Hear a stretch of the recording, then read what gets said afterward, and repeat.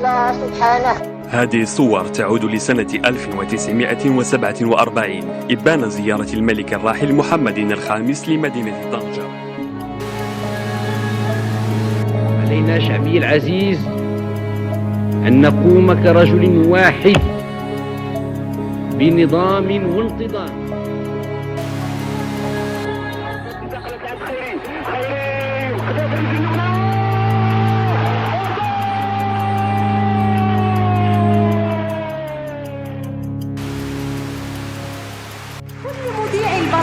نعلن افتتاح القناة التلفزيونية الجديدة دزن. يعطي جلالة الملك الحسن الثاني نصره الله انطلاقة إنجاز ضخم يعتبر أكبر سد بالمغرب وثاني سد.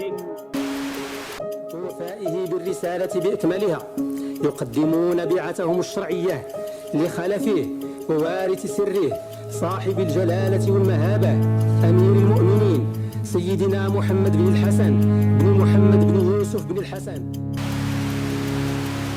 في مدينة سلا دائما أعطى صاحب الجلالة الملك محمد السادس الانطلاق للحملة الوطنية للتضامن في طبعتها التاسعة، حملة ذات أبعاد تنموية اجتماعية واقتصادية. أهم ما ميز هذا الورش التنموي الضخم المركز الوطني محمد السادس للمعاقين الذي دشنه سيطرح على استفتاء شعبي في الفاتح من الشهر المقبل. الآلاف خرجوا أمس إلى شوارع كبرى المدن المغربية للتعبير عن دعمهم للتعديلات الدستورية المقترحة. هو يوم جميل عندما نعود إلى بيتنا بعد غياب طويل. هو يوم جميل عندما نحن إلى منزلنا المحبب. إفريقيا هي قارتي وبيتي.